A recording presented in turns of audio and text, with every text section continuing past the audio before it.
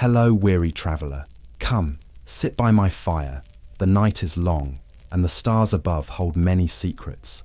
I am the lonely knight, and tonight I shall share with you an account about what it was like to be a prisoner in the Middle Ages, a time when justice was harsh, dungeons were damp and unforgiving, and the fate of men and women rested heavily in the hands of kings, lords, and bishops. Close your eyes, if you will, and drift back with me to a time of honor, peril, and the song of steel at dawn. Tell me, wanderer, where do you listen from, and what hour finds you now? If my tale stirs something in you, then leave a like, and subscribe only if your heart says these stories are worth returning to. In the earliest centuries of what we call the Middle Ages, punishment was not usually a matter of being locked away behind stone walls. Justice was swift and visible, carried out in fines, whippings, or banishment. A man accused of theft might lose a hand, while another guilty of fraud could be shamed in public, his reputation shattered beyond repair. Prison, in the sense we know it today, was rarely the punishment itself. Instead, confinement served only as a pause, a waiting place before the law decided a soul's fate. Kings and local lords looked to older traditions when they judged offenders. Germanic codes emphasized compensation. A fine, called vergild, could settle even grave disputes as long as blood was not spilled beyond repair. In this way, imprisonment was unnecessary, for the wrong could be paid off in silver or cattle. Yet as power centralized and the reach of rulers extended, the need arose to hold men longer, not merely to punish, but to control. The walls of castles and the basements of halls slowly became places of holding. The influence of Rome had not entirely vanished. Roman law had allowed for prisons, though rarely as the final punishment. What lingered in medieval memory was the idea that holding cells could serve as instruments of authority. Across Europe, scattered remnants of the Roman world inspired kings to see confinement, not only as practical, but also as a symbol of order. The image of a man locked behind stone reinforced the majesty of the crown, for it showed that power could bind even the body of the lawbreaker. In the small villages that dotted the landscape, however, no such structures yet existed. There, justice remained a communal act. A thief might be bound to a tree or held in a barn until his case was heard, his shame visible to neighbors. The prison, in its permanent and enduring form, was the product of expanding towns and the authority of bishops and monarchs. As roads grew busier and markets larger, the need to restrain offenders for more than a day became evident. At first, the prisons were not grand buildings. They were often nothing more than wooden rooms, towers, or pits beneath halls. A dungeon in its infancy was not built for decades of use, but as a makeshift cell to hold a restless spirit. The people did not yet imagine imprisonment as the punishment itself, for that idea belonged to later centuries. Instead, the walls were silent witnesses to a transition in justice, from open-air sentences to closed spaces of control. The church, too, began to shape these early practices. Bishops who presided over ecclesiastical courts needed a way to restrain those accused of heresy or defying canon law. Monastic cells could be adapted. Stone cloisters turned into spaces where confinement carried a moral weight. To be locked away was not merely to be restrained, but to be given time to reflect, to repent, to suffer in body so that the soul might be corrected. Thus, the prison became entwined with the sacred as well as the secular. By the 11th century, Europe had entered a new rhythm of governance. Feudal lords, monarchs, and the growing towns each claimed the right to enforce law. Prisons became part of this competition for authority. To hold a man, whether a debtor or a rebel, was to demonstrate control. Though crude and often temporary, these cells marked a profound shift. Justice was no longer only about punishment seen by all, but also about punishment felt in solitude. I recall standing once outside such a holding place, the cries muffled, the air heavy with dampness. It struck me then how different it was from the justice of the open square. Here, Suffering was hidden, drawn inward, a private burden. The prisoner's fate lay not in the spectacle of the crowd, but in the silence of stone walls. From such beginnings grew the prisons that would shape the Middle Ages, their origins humble, yet their legacy immense. When one gazes upon a medieval castle, its towers and battlements speak of power, but within its depths lay a darker function. Castles were not only homes for lords and seats of authority, they became cages for those who threatened that power. Beneath the grandeur of halls and chapels stretched damp cellars, their stones slick with moisture, where prisoners waited in silence. These dungeons were not crafted with comfort in mind, but with the simple intent to restrain flesh and spirit until judgment fell. I remember how often a castle's strength was measured not only in walls, but in its ability to contain men. Political enemies, rebellious vassals, and captured knights all found themselves thrust into these hidden chambers. For a lord, to detain a rival beneath his very feet was both a punishment and a statement.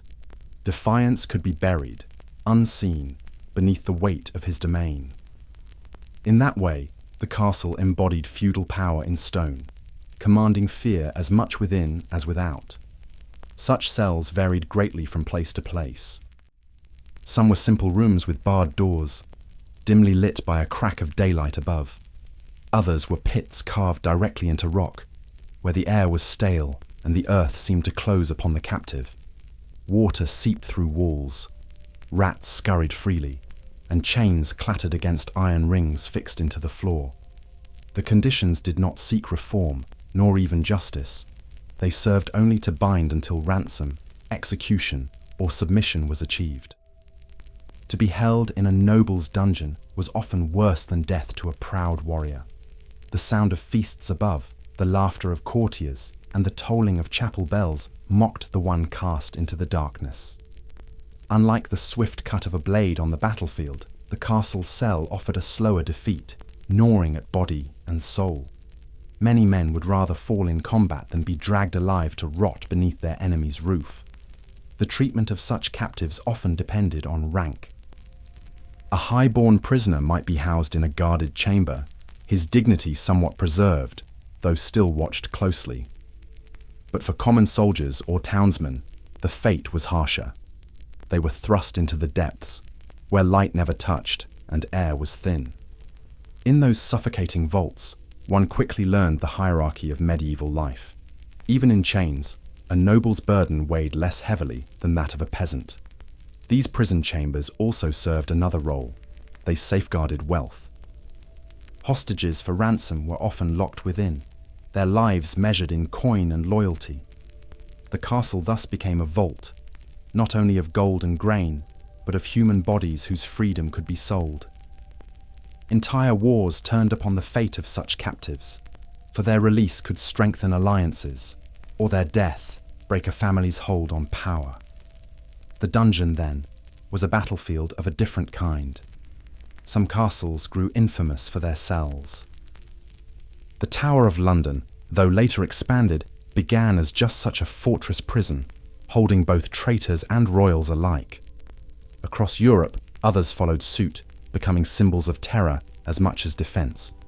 It was said that to be imprisoned in certain keeps was to vanish into silence, for few emerged without scars, whether of the body or the spirit.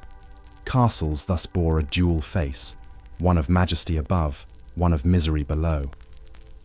I can still recall the echo of chains in those halls, as if the stone itself remembered every captive who passed through. To sit by a fire now and think on it fills me with a quiet sorrow. Castles are often praised for their towers and banners, but I remember their basements more keenly. For there, beneath the glory, men learned how small they truly were when measured against power built in stone. In the world I once walked, the church's hand reached into every corner of life, and the matter of confinement was no exception. Monasteries, those places of prayer and order, often held small cells, not only for meditation, but also for discipline. A monk who disobeyed his vows might be locked within, given bread and water, left to reflect on his failings. To the faithful, this was not cruelty but correction, a spiritual medicine meant to heal a wandering soul. As the centuries unfolded, the Church's role in justice grew more pronounced. Ecclesiastical courts judged matters of morality, heresy, and even disputes among clergy. Confinement became one of their chosen tools, used not only to restrain the body, but to shape the heart. In this way, imprisonment under the Church's gaze bore a weight different from secular chains. It was punishment infused with the hope, or demand, of repentance. I have seen with my own eyes how bishops commanded the locking of heretics within dark cells, awaiting either conversion or condemnation. To deny the Church was to risk both solitude and silence, where prayers were imposed as heavily as shackles. Some captives bent beneath the pressure, confessing sins they may or may not have carried. Others resisted, their solitude only deepening their defiance. The cell, then, became a crucible of faith, burning away the weak from the steadfast. Monastic confinement was not always so grim. In certain abbeys, cells were simple chambers with narrow windows, offering a sliver of light upon which the prisoner might meditate. Silence was required, broken only by chants from the choir drifting through stone corridors. For some, this solitude became a path toward humility, even enlightenment. Yet for others, it was torment enough, the absence of human company pressing heavier than iron. The Church also extended its influence over lay people. When towns grew restless or heresy spread, ecclesiastical prisons received men and women accused of defying doctrine. These cells often lacked comfort, and the captives knew their fate depended less on earthly law than on spiritual judgment. To fall into such custody was to face not only punishment, but the eternal question of salvation or damnation. The stakes reached beyond the grave. Inquisition courts brought this practice to its most organized form. Accusations of heresy could see men and women confined for weeks or months, interrogated, and urged toward confession. The prisons themselves were not unique in design, but carried the dread of divine authority. To resist was to risk both bodily suffering and eternal peril. Few could bear the double weight of stone walls and holy condemnation. Not all voices agreed with such methods. Some within the Church questioned whether confinement truly led to virtue or merely crushed the spirit.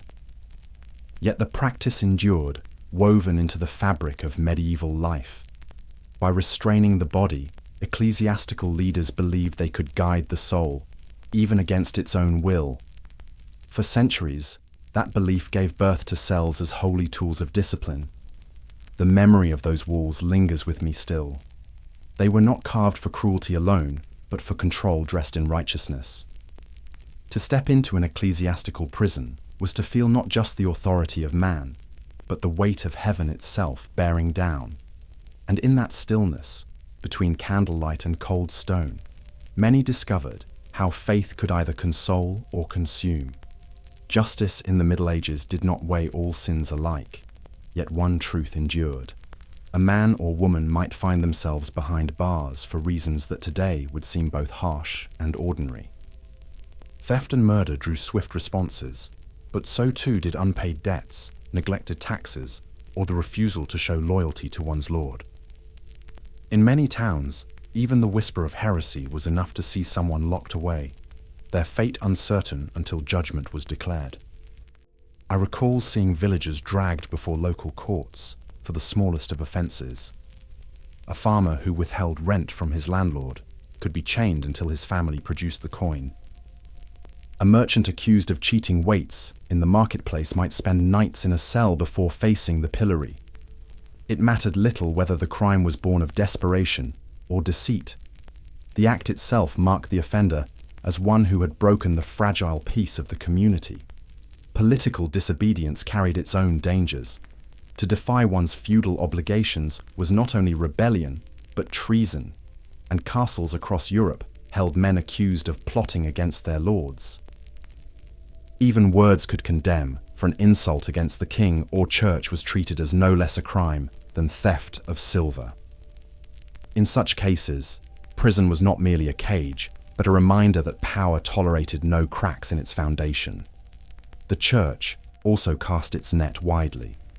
Those who missed confession, ignored holy days, or dared question the authority of priests could face ecclesiastical judgment. Some were sentenced to confinement within monasteries, forced into silence and reflection. Others were locked away in diocesan prisons, their transgressions seen not as crimes against men, but as offences against God. The cell, in these moments, was both punishment and sermon.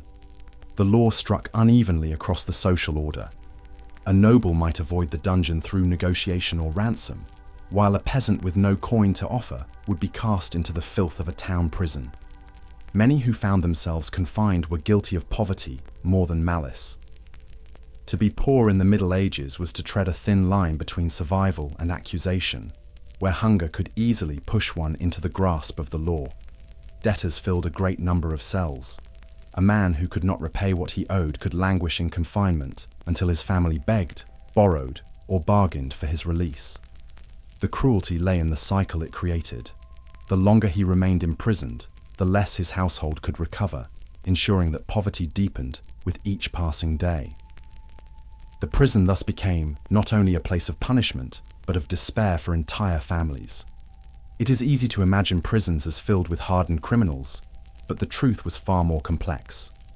Many were ordinary men and women who had crossed lines of obligation, spoken words out of turn, or fallen into debt they could not repay. The walls held not only thieves and killers, but bakers, widows, apprentices and farmers, swept into the current of laws designed more to preserve order than to deliver fairness. I have never forgotten the faces of those who waited in silence, accused of crimes that spoke more of their condition than their character. To be imprisoned in those days was not always proof of wickedness, but of weakness, of standing at the wrong end of the law's gaze. And so the cells filled, not with monsters, but with neighbours.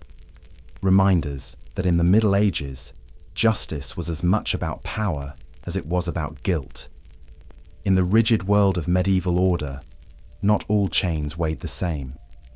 A man of noble birth who fell into captivity often found himself in guarded chambers with a bed, a fire, and sometimes even the company of his own servants. He might dine on decent bread and meat, his letters carried to family or allies beyond the walls. By contrast, a peasant accused of theft or tax evasion was thrown into a pit-like dungeon, his body pressed against damp stone, survival dependent on scraps and mercy. I once watched a knight, captured in battle, taken not to the dungeon, but to a chamber in the Lord's keep. Guards stood at his door, yet he spoke freely, quill in hand, writing letters of ransom. Wine was brought to his table, and though his honour had been wounded, his body knew little of suffering. Meanwhile, in the same fortress, villagers who had refused their dues shivered in the underground vault, their skin pale from lack of light. Such disparity was not mere accident. It was the very structure of society made flesh. Nobles were valued not only for their wealth, but for the power of their bloodlines, their capture often a political tool rather than punishment. To mistreat them was to risk retribution from families and allies who commanded armies. Commoners, however, had no such shield. Their pain could be ignored, their silence lost to the darkness beneath the stone. The chronicles of the age often note this contrast. Lords recorded the honourable confinement of rival barons, describing the exchange of gifts or the negotiation of ransom. Rarely did they write of the gaunt figures chained below, whose names faded into obscurity. The records themselves reveal how memory was shaped. Noble prisoners were part of history, while commoners were swallowed by its shadows. This difference extended to the law itself. Noble captives could expect their treatment to reflect their status, sometimes even walking the castle grounds under guard. For a commoner, justice was harsher, immediate, and without dignity. No account of birth or service could spare them the indignity of filth-filled cells, iron collars, or the gnawing hunger that hollowed their frames. The law saw them not as individuals, but as replaceable labor, easily discarded. And yet, nobles too bore a burden, though of a different kind. Their imprisonment was often long, drawn out through negotiations and politics. To wait upon the decision of kings and councils was its own torment, a reminder that even bloodlines could be bound by strategy. But in truth, their suffering remained a shadow compared to the stench, disease, and despair endured by the countless poor. The gulf between noble and commoner in captivity reflected the very soul of medieval life, hierarchy engraved not only on parchment, but on flesh. Justice mirrored birth, and a man's station decided whether he lay in straw or linen, whether his hunger gnawed or his appetite was sated. Freedom itself became a privilege unevenly measured, weighed against gold or against nothing at all. I cannot forget the bitterness this carved into the hearts of the lowly. For them, prison was not only punishment, but a mirror of their place in the world, a place from which no ladder seemed high enough to escape. To remember their suffering is to remember that in those times, even in chains, society's divisions remained sharp, unyielding, and absolute. Among the many who languished behind walls, none were more common than debtors. To owe silver in the Middle Ages was not a small matter, for the law treated unpaid dues as both dishonor and crime. A man unable to settle his obligations might be seized and cast into confinement until restitution was made. Yet imprisonment did not erase the debt. It deepened it, stripping families of their means to earn, leaving wives and children in hunger, while their provider sat in chains. I remember seeing markets where creditors prowled, watching merchants and peasants alike. A farmer whose harvest failed might borrow to survive, only to be dragged away when he could not repay. In towns, entire jails filled with those whose crime was poverty. These were not hardened criminals, but fathers, craftsmen, and widows whose only fault was lacking coin when it was demanded. Justice in this form was less about wrongdoing and more about wealth's power to bind. Debtors' prisons varied, but the conditions were often cruel. The poor were thrust into dark communal cells, surviving on scraps if relatives could spare them. Meanwhile, wealthier prisoners sometimes bargained for better chambers, bringing bedding, clothing, even servants to ease their confinement. Money could soften iron, and the very thing that caused imprisonment, silver, was also the only escape from it. Thus, imprisonment for debt revealed not fairness, but the sharp inequality of medieval life. Children felt the weight of this practice most. When the head of a household was taken, families were left to beg or starve. Wives sought mercy from creditors, yet mercy was rarely given. Some families were ruined entirely, their lands sold, their homes lost. What began as a single unpaid sum could unravel generations of labor, turning once stable households into beggars on the roadside. The walls of debtors' cells echoed not only with the voices of prisoners, but with the silence of abandoned kin. Guilds and townsmen sometimes petitioned for reforms, knowing that endless imprisonment served neither debtor nor creditor. A man rotting in a dungeon could not repay what he owed. Yet greed proved stronger than reason, and the practice endured for centuries. Some lords even profited by charging prisoners for their keep, piling cost upon cost until freedom grew ever more distant. Debt thus became both a shackle and a wellspring of income for those who held power. The church occasionally offered respite, urging mercy during holy festivals, or granting limited release to those who confessed their failings. Still, these were exceptions rather than norms. For most, the only path to freedom lay through partial payment, the pledge of property, or the intervention of a wealthier patron. The poor, lacking all three, could waste away for years, their imprisonment as endless as their poverty. In times of famine or plague, the number of debtors swelled. Families desperate for bread borrowed what they could, only to be crushed when harvests failed or sickness struck. The prisons filled with gaunt figures, many dying before repayment could be made. Debt imprisonment, then, was not merely a legal tool, It was a mirror of society's fragility, where survival itself could turn into chains. I cannot forget their eyes, hollow with both hunger and despair. These men and women were not rebels, nor sinners against God, but ordinary souls caught in the cruel balance of coin and law. Their plight shows how in the Middle Ages, freedom was not lost only by crime, but by poverty. And in that truth lies one of the harshest memories of those imprisoned walls. Power in the Middle Ages was never secure, and castles often became cages for those who threatened it. Kings, rival claimants, and rebellious barons could all find themselves stripped of freedom, their confinement serving not only as punishment, but as leverage. To hold a man of rank was to hold influence over his family, his lands, and his allies. In this way, the prison cell became a silent council chamber, where decisions were made not by debate but by chains. I once heard the tale of Richard the Lionheart, seized on his return from crusade and held for a staggering ransom. His captivity was no mere matter of justice, but of wealth and politics, a bargaining chip in the Game of Thrones. Similar stories echoed across Europe, where lords held their enemies in towers, awaiting gold or pledges of allegiance. The fate of kingdoms could turn upon whether a prisoner lived, died, or was released. Hostages were equally bound to this practice.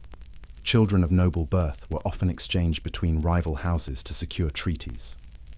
These young souls, innocent of war or intrigue, became living guarantees of peace.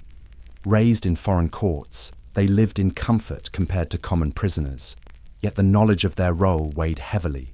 Their smiles hid the truth that they were pawns, their lives tied to the honor of men who wielded power. Treatment of political captives varied with circumstance. Some were housed in relative comfort, their rank ensuring they received decent food and space. Others, however, were cast into harsher confinement, their suffering a warning to those who might follow their path. To a ruler, the choice of severity was a message: mercy to encourage loyalty, cruelty to inspire fear. Thus, every prison cell carried a language of authority, spoken through silence and stone. Negotiations often revolved around these captives. A baron's release might demand not only coin, but also a pledge of troops or a marriage alliance. Wars were paused, treaties written, and oaths sworn around the fate of men behind walls.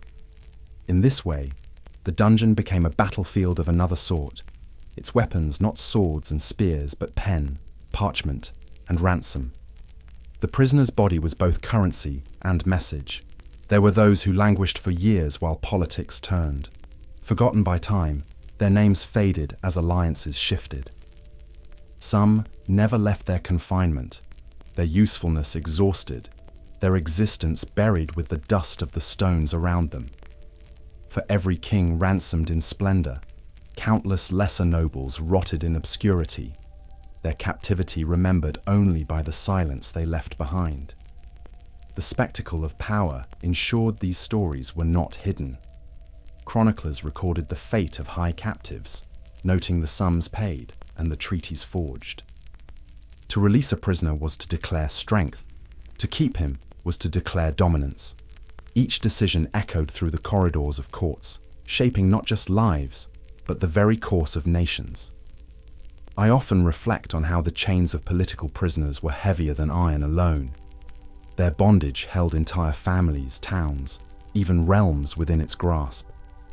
A single captive could bend the fate of a kingdom, proving that in those days, the mightiest weapon was sometimes not the sword, but the cell.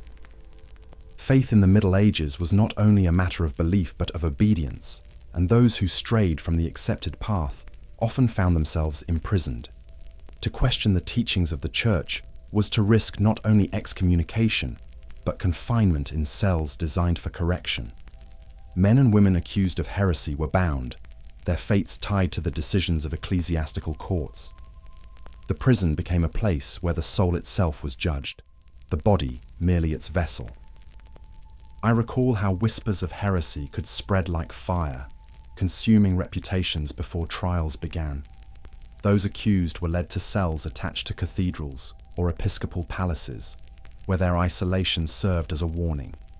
Priests and inquisitors visited, urging confession and repentance. The cell was not seen as an end in itself, but as a tool to bring the spirit back into obedience. For some, the pressure of solitude and prayer broke their resolve. For others, it forged defiance. The Inquisition sharpened this practice into a system. From the 13th century onward, specialized prisons held those suspected of deviating from orthodoxy. Confession was demanded, and those who refused were left to languish in stone rooms where candlelight flickered against damp walls. Interrogation followed, often combined with spiritual exhortation. The goal, as proclaimed by the Church, was the salvation of souls. Yet for the imprisoned, it felt more like a battle between faith and survival. Conditions within these ecclesiastical prisons varied. Some were stark but clean, with straw for bedding and water for sustenance. Others were far more brutal, resembling the dungeons of secular lords, with chains, darkness, and infestations. Treatment often depended on the prisoner's standing, for a wealthy or well-connected heretic might receive gentler confinement, while a poor villager endured the harshest neglect. Faith and hierarchy were intertwined, even within the walls of the church. Certain cases became known throughout Europe. The Cathars of southern France, accused of rejecting church authority, filled inquisitorial prisons by the thousands. Their cells echoed with the voices of men and women who clung to their beliefs despite the certainty of punishment. Some were eventually released after confession, others burned in public squares, their imprisonment only a pause before death. These trials became not only about faith, but about the power to define truth itself. For monks or clergy who defied their vows, imprisonment often took place within monasteries. Here, punishment carried a quieter form: solitude, fasting, and constant prayer. Though less violent than secular chains, it weighed heavily on the spirit, pressing a man to measure every breath against the rule he had broken. To sit alone in a cloistered cell was to face not only discipline, but the silence of God, a silence that could be harder to bear than any whip. Yet not all prisoners of faith were broken. Some found strength in their solitude, composing prayers, hymns, or even treatises while confined. Their words survived, passed down through generations, shaping the very debates that imprisoned them. In this way, the prison cell became paradoxically both a cage and a pulpit, where heretics turned martyrs inspired others to question what was forbidden. I think often of the weight of belief that filled those cells. To be confined for one's conscience is a burden unlike any other, for the chains grip not only the flesh but the soul. In the silence of stone, many discovered whether their faith was strong enough to endure. The prisons of heresy remind us that in the Middle Ages, to believe differently was to risk everything, including one's very life. Beneath the grandeur of stone fortresses lay spaces that told a different story, where the air was heavy and light scarcely entered. Medieval dungeons were not all alike, but most were built with one purpose: to contain. Some were narrow chambers with thick wooden doors and iron locks, their walls damp from the seep of earth. Others were no more than pits carved into rock, reached by ladders or ropes, where a man might sit in darkness for days on end. I have seen cells that were little larger than a coffin, their ceilings so low a prisoner could not stand. In such places, misery was not inflicted by whip or blade, but by confinement itself.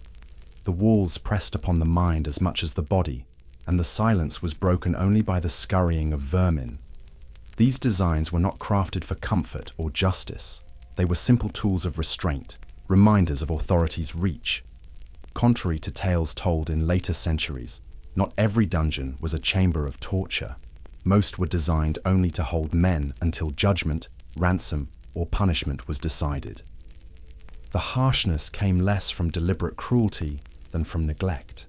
Lack of air, filth, and hunger wore down the strongest spirit. Yet legends grew around these places, for to those who emerged, Even the smallest suffering seemed magnified by the darkness in which it was endured.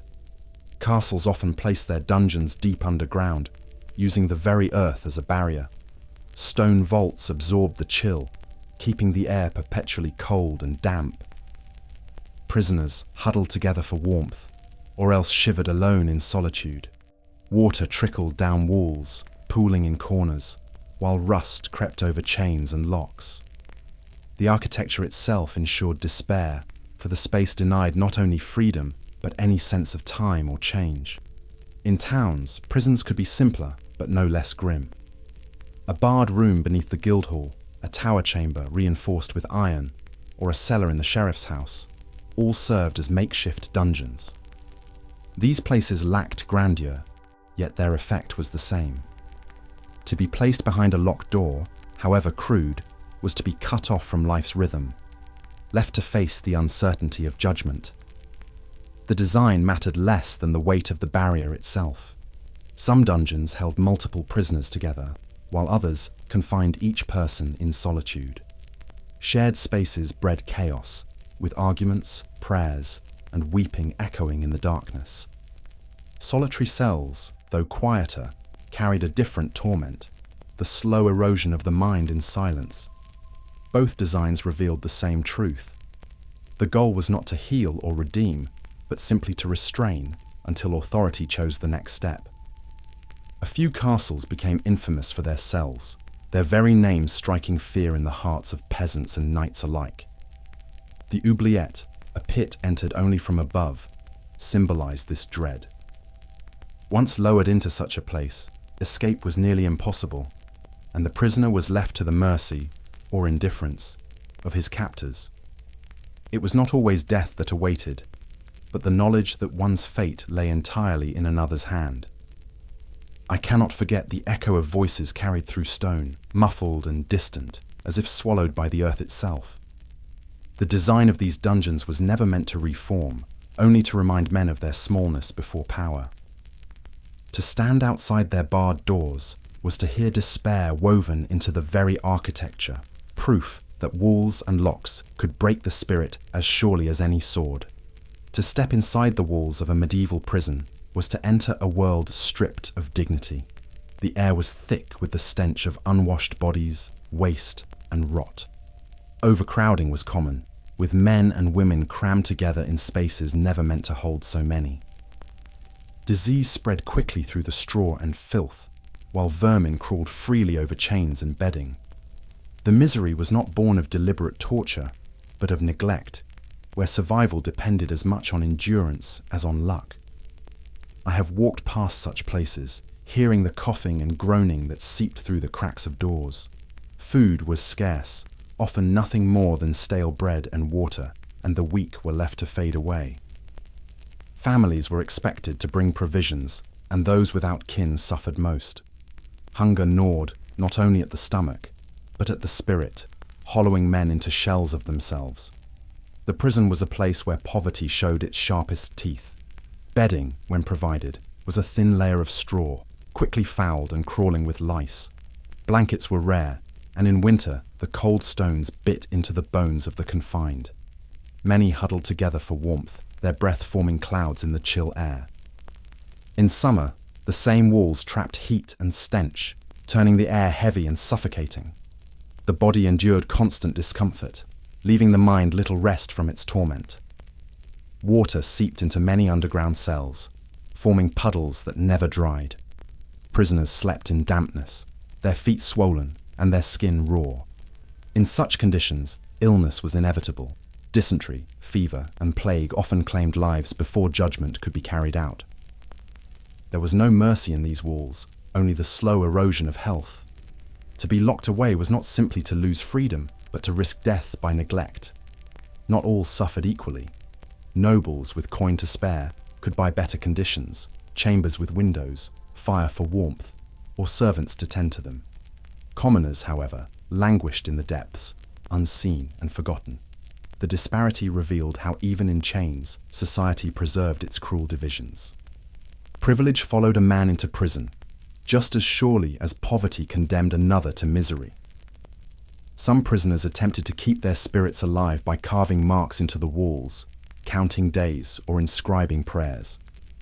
Yet time passed unevenly in such places, where daylight scarcely reached. Hours blurred into nights, and weeks into months. For many, the greatest torment was not hunger or cold, but uncertainty, never knowing when or if release would come. The silence of waiting gnawed at the soul more deeply than chains. The jailers rarely cared for comfort. Their duty was to hold, not to heal, and they often demanded bribes for the smallest kindness. A bit of fresh straw, an extra crust of bread, or the easing of shackles, all could be bought for coin. For those without, there was nothing but decay. In this way, survival became a matter not only of strength, but of wealth, a cruel mirror of life beyond the prison walls. I remember the hollow eyes of men who had lost all hope, staring blankly into darkness. The prison was more than stone and iron. It was despair given shape, a slow unraveling of flesh and will. To endure such conditions was to carry scars invisible to the eye, memories that lingered long after release. And so, the living conditions of those prisons remind us that suffering was often the sentence itself. Behind every locked door stood men who held the keys, and their power was vast. Jailers were more than keepers of cells. They controlled the lives of those within. A prisoner's survival often depended not on the law, but on the whims of these men. For a price, they might ease chains, bring food, or allow a letter to be carried. Without such payments, neglect was the rule, and misery deepened with each passing day. I have seen jailers walk through corridors, their steps echoing against stone as captives reached out with pleas. Some were hardened, indifferent to suffering, their eyes cold as they passed by. Others saw opportunity in every request, demanding coin or favors for even the smallest kindness.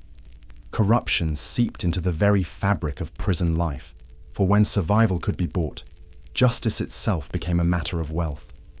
The guards who watched the doors were no less influential. They decided whether families could visit, whether messages could be smuggled, and sometimes whether a man might slip away into freedom. Bribes were common, though risky, for discovery meant punishment for both prisoner and guard. Yet desperation often pushed men to gamble, for to remain in chains was a slower death than the risk of flight. Jailers were not always cruel by design.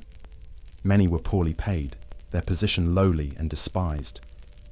To them, the prison was a livelihood, and extracting bribes was a way to survive as much as it was greed. Still, this did not ease the suffering of captives, who lived at the mercy of men whose loyalty lay first with their own stomachs and pockets. There were moments when compassion broke through. Some jailers, moved by pity or piety, gave prisoners extra bread or turned a blind eye to whispered prayers. Yet these acts were exceptions, remembered precisely because they were rare.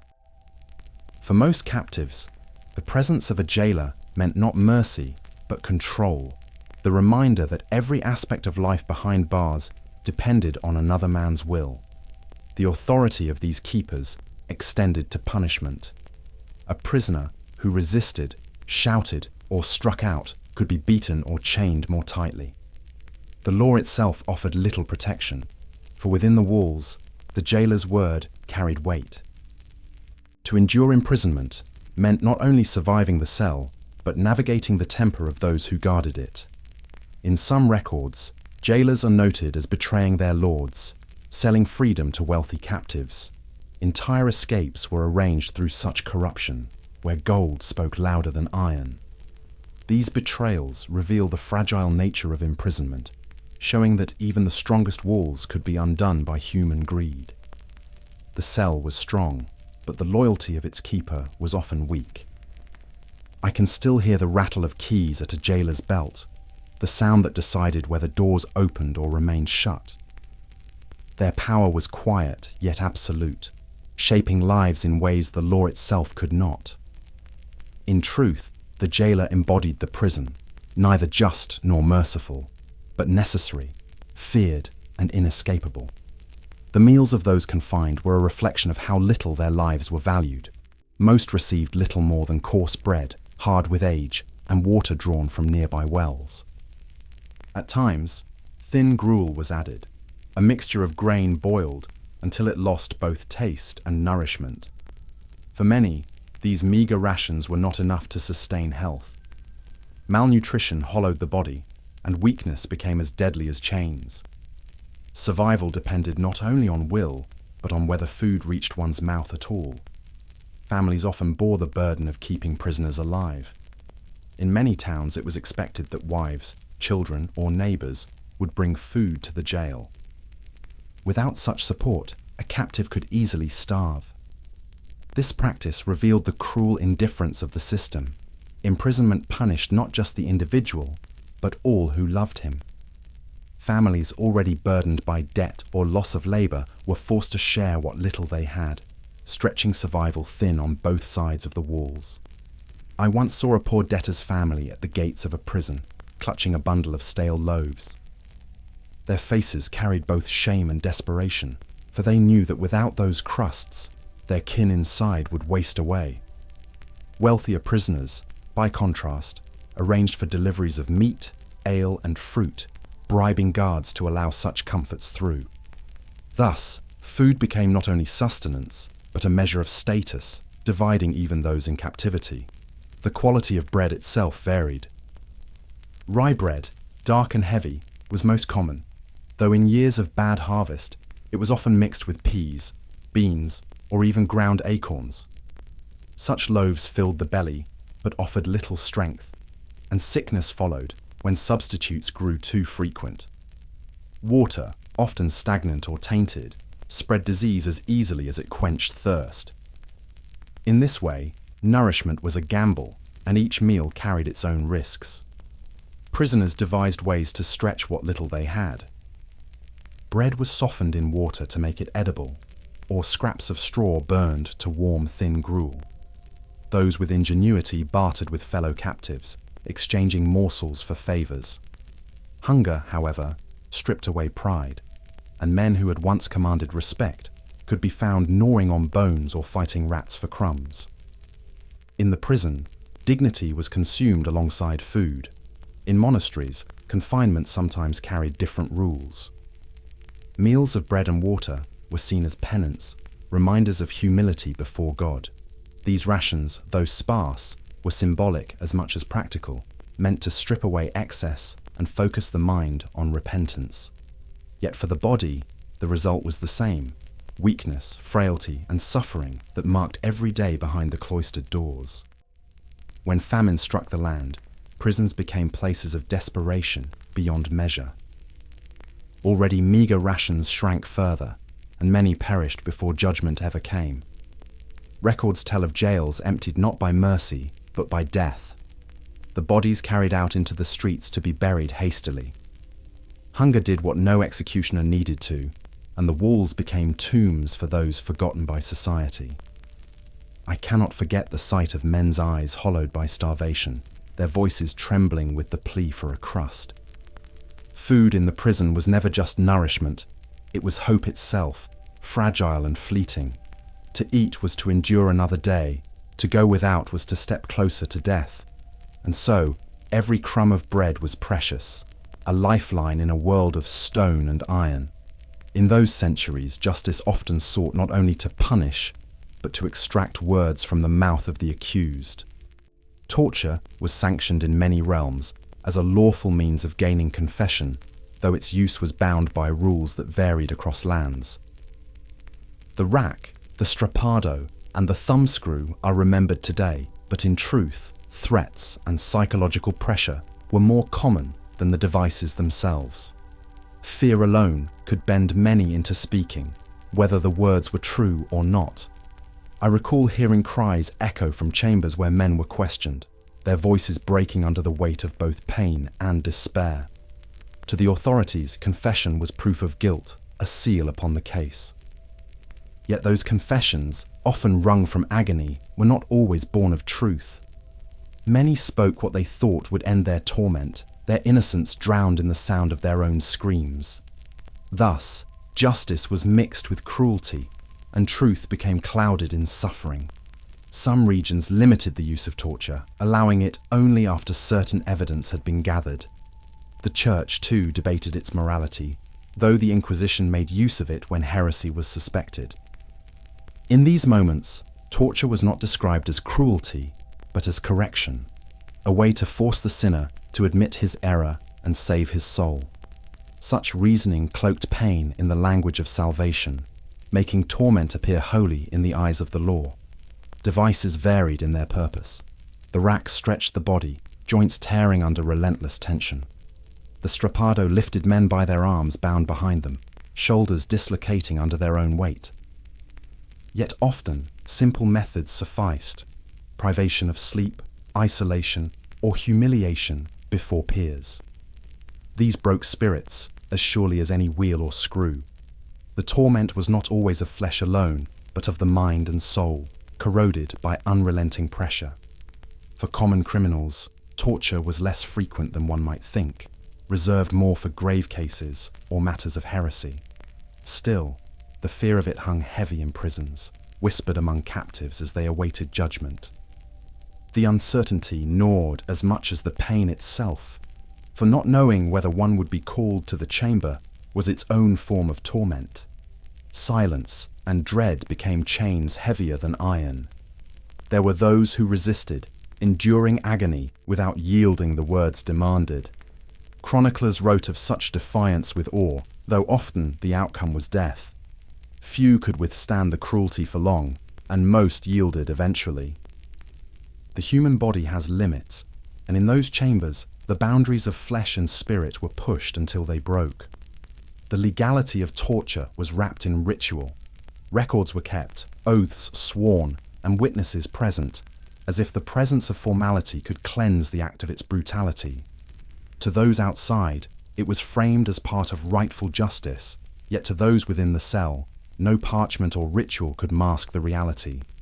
Pain was pain, and it left scars deeper than the eye could see.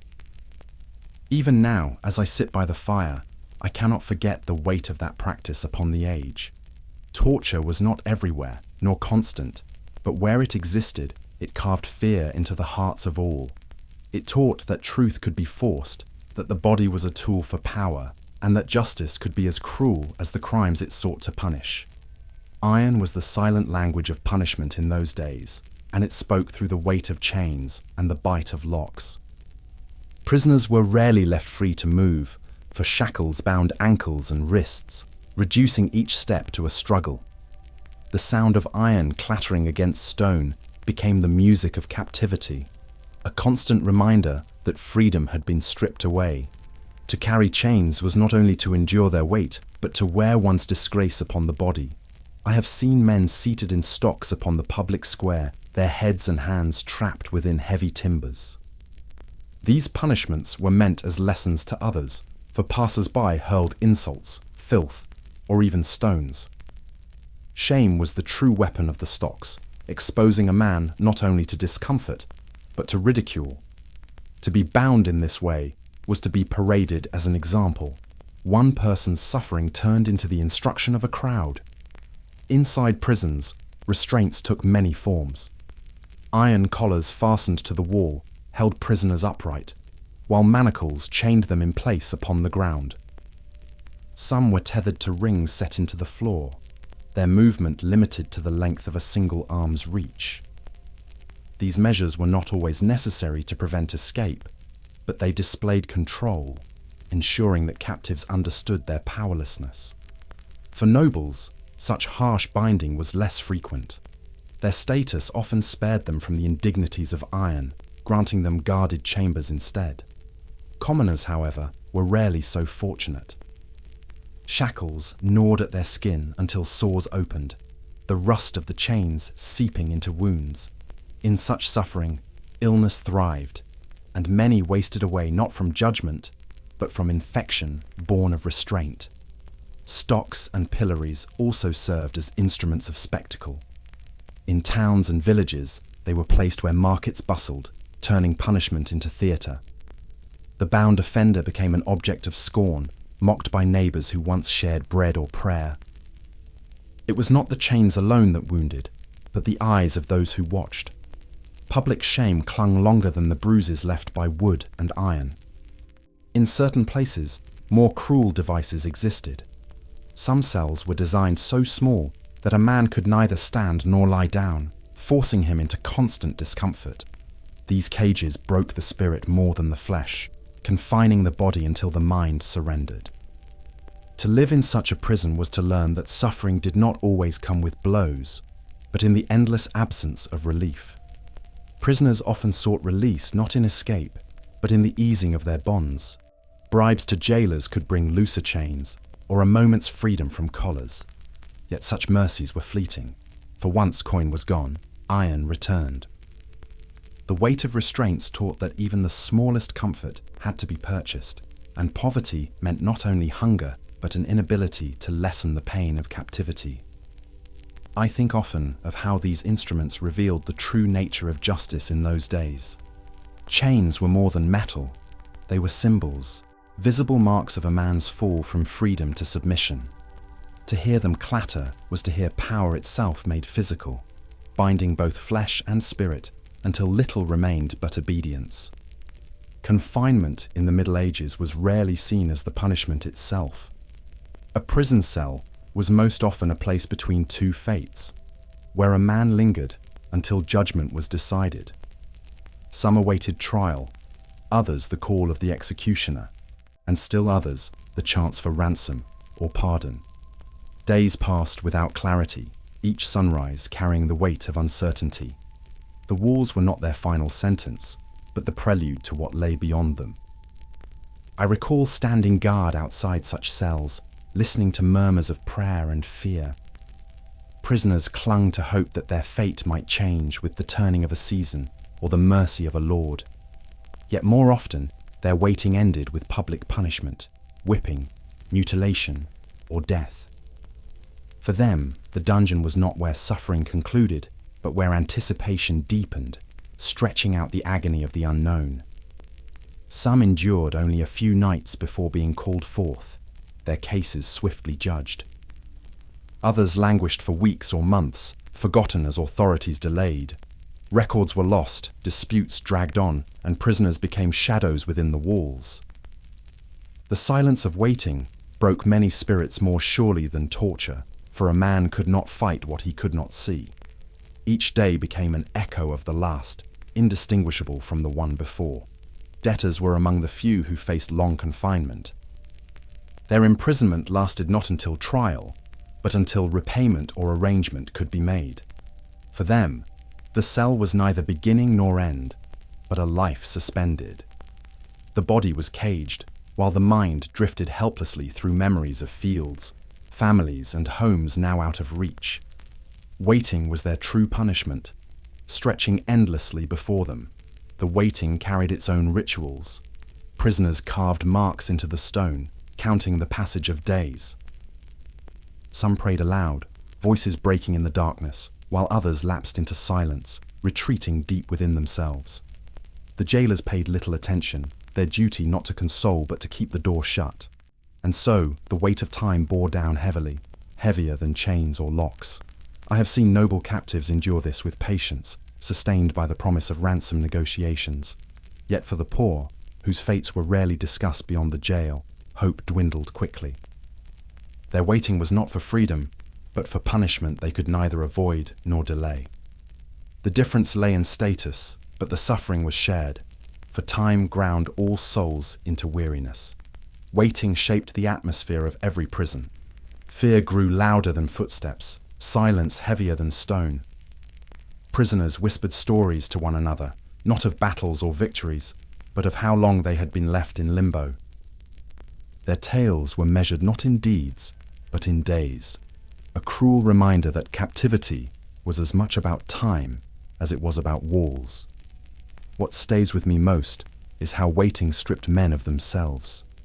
A warrior without a fight, a merchant without a market, a father without his family, all reduced to silence before the unknown. In that pause between sentence and fate, prisons revealed their truest cruelty, not the chains, but the endless hours that turned strength into despair. Punishment in the Middle Ages was not meant to be hidden away. Justice was a performance, carried out before the eyes of the community so that fear and obedience might take root. Prisoners were led from their cells into the open air, where crowds gathered in squares and markets. The humiliation of being displayed was as much a sentence as the pain itself. Authority was reinforced not in silence, but in the roar of onlookers. I remember watching men locked in pillories, their heads and hands protruding from heavy wood. Townsfolk hurled rotten food, jeers and insults, delighting in another's downfall. Children laughed, merchants shouted, and neighbors turned cruel, using the moment to settle old grudges. The punishment was not only the discomfort of the stocks, but the stripping of dignity in front of one's peers. Shame was sharpened by the presence of the crowd. Executions, too, were public, staged in fields or city squares where thousands could bear witness. A hanging, a beheading, or the burning of a heretic was not performed in secrecy, but in spectacle. The lesson was clear. To defy the law or the church was to invite not only death, but dishonor. Families wept openly, while others cheered, taking grim satisfaction in seeing justice done before their eyes. Parades of punishment were common. Prisoners were marched through streets, chains clattering, their faces exposed to ridicule. The journey itself became part of the sentence, forcing the condemned to endure the gaze of those who once lived beside them. This public shaming made the boundary between freedom and imprisonment clear to all. The message reached deeper than any written law. Obedience preserved life, disobedience destroyed it. Even lesser crimes carried theatrical punishments. A drunkard might be tied to a post, a thief branded before a jeering crowd. These acts reinforced order more effectively than confinement alone. The fear of ridicule, of being known as the one mocked in the square, was often a stronger deterrent than the dungeon's darkness. The spectacle ensured that justice touched not only the offender, but all who watched. Nobles, though spared the harshest humiliations, were not immune. When one of rank was executed, the ceremony was grand, designed to emphasize that no station stood above the law. Chroniclers recorded such moments carefully, for they served as moral lessons and political warnings alike. The crowd, seeing both peasants and lords punished, was reminded that power itself chose when mercy ended. The church also used spectacle to assert its authority. Trials for heresy often concluded with public penance or burning, intended to cleanse not only the accused but the community. Sermons accompanied the punishments, framing them as divine justice. The audience was not simply entertained. They were instructed, their faith steeled by the sight of bodies condemned as examples. Even now, I can hear the echoes of those crowds, their cheers and jeers blending into a single sound of judgment. The spectacle was more than punishment. It was theater, ritual, and warning. To stand in chains before such multitudes was to feel the weight of society itself pressing down, reminding all who watched that power was never hidden, but displayed for every eye to see. The burden of captivity weighed heavily upon women, whose presence in prisons carried a particular stigma. Accused of crimes such as theft, prostitution, or even infanticide, they were judged not only for their actions, but for breaking the roles expected of them. Society viewed their imprisonment as a mark of dishonor, a doubling of punishment that stripped them of reputation as well as freedom. Their suffering was compounded by shame, whispered about more than recorded in the chronicles of the age.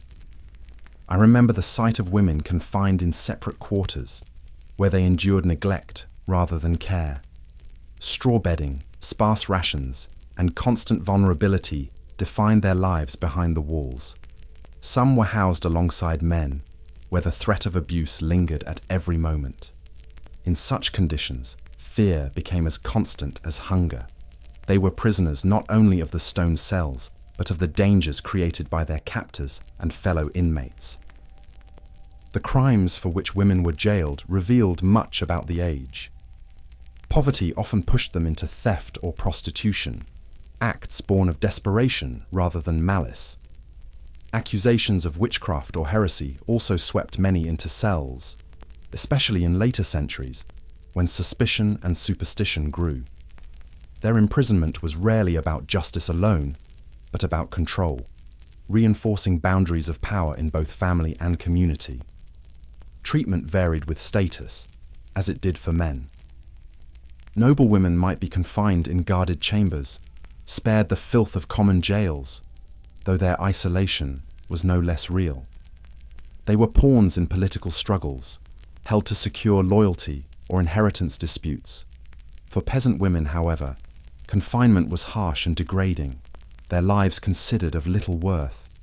The inequality of the world followed them even into prison. Mothers faced a unique torment: separation from their children. Infants born in captivity often perished quickly, for prisons were not places fit for nurturing. Some women gave birth in chains, their cries echoing in the darkness, while others entered prison already burdened with young ones who could not follow. The tearing apart of families was a cruelty seldom spoken of, but deeply felt in every corner of the medieval world. The church offered different paths for female captives. Some were forced into penitential confinement within convents, where silence and fasting replaced shackles. While less brutal than secular dungeons, it was still a loss of freedom, framed as spiritual correction.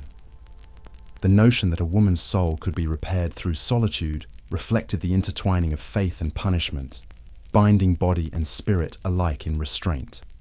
Accounts from towns reveal that women were often subjected to public humiliation before or after imprisonment. Paraded through streets, marked with symbols of shame, or placed in pillories, they bore not only confinement, but the scorn of the crowd. These rituals ensured that their punishment outlived the cell, as neighbours carried the memory of their disgrace long after release. I think often of those women, their voices rarely preserved in record, their stories hidden beneath the dust of time. Their imprisonment shows us not only the cruelty of cells, but the burden of living in a world that judged them doubly, for their crimes and for daring to step outside the bounds of their station. Their silence still lingers in the stones, a reminder of forgotten suffering. Though it was less common, even the young were not free from the shadow of prison walls.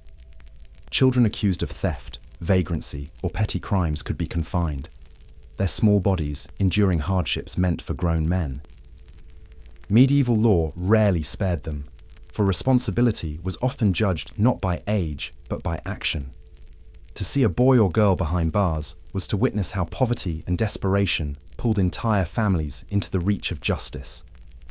I once passed through a town where a group of children, no older than 12, had been held for stealing bread. Their eyes carried both fear and confusion, for they did not understand the full weight of the punishment. They were confined in the same cells as adults, exposed to filth and harsh company. Childhood offered little protection when hunger drove one to steal, and the prison taught lessons more cruel than the crime itself.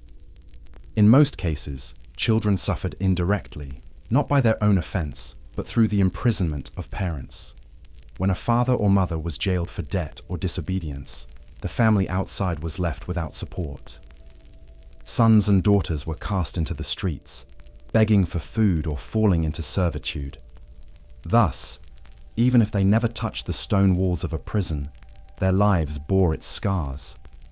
The suffering spread outward, reaching innocent hands. Records tell of orphans born from such misfortune, abandoned when both parents perished in confinement. These children drifted into poverty, sometimes finding refuge in monasteries or under the care of guilds, but more often they wandered as vagabonds. Their plight was a shadow of the prisons that claimed their kin.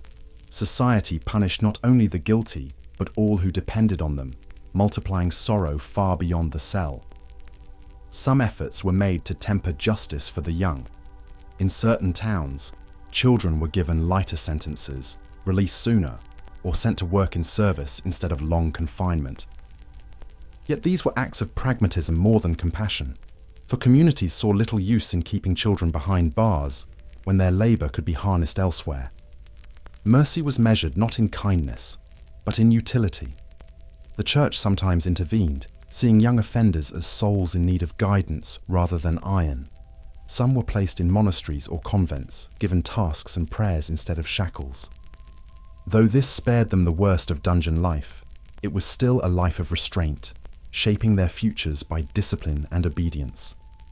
Freedom, once lost, was rarely returned in full. The presence of children in prison revealed the harshness of an age that made little distinction between age and responsibility. Hunger, poverty, and neglect pulled them into the same fate as adults, and innocence offered little shield. Their tears mingled with the cries of hardened men, a sound that carried both tragedy and warning through the halls of stone. I cannot forget those faces, wide-eyed and weary, pressed against the bars. Their imprisonment was not just punishment for misdeeds, but a testament to a world where survival left no room for mercy. In them, the cruelty of the system was laid bare, for it reached into the most fragile of lives, proving that no one was beyond the grasp of the prison walls. In times of war, to capture an enemy knight was often more profitable than to slay him. Ransom turned captivity into commerce, and prisons into vaults where living wealth was stored.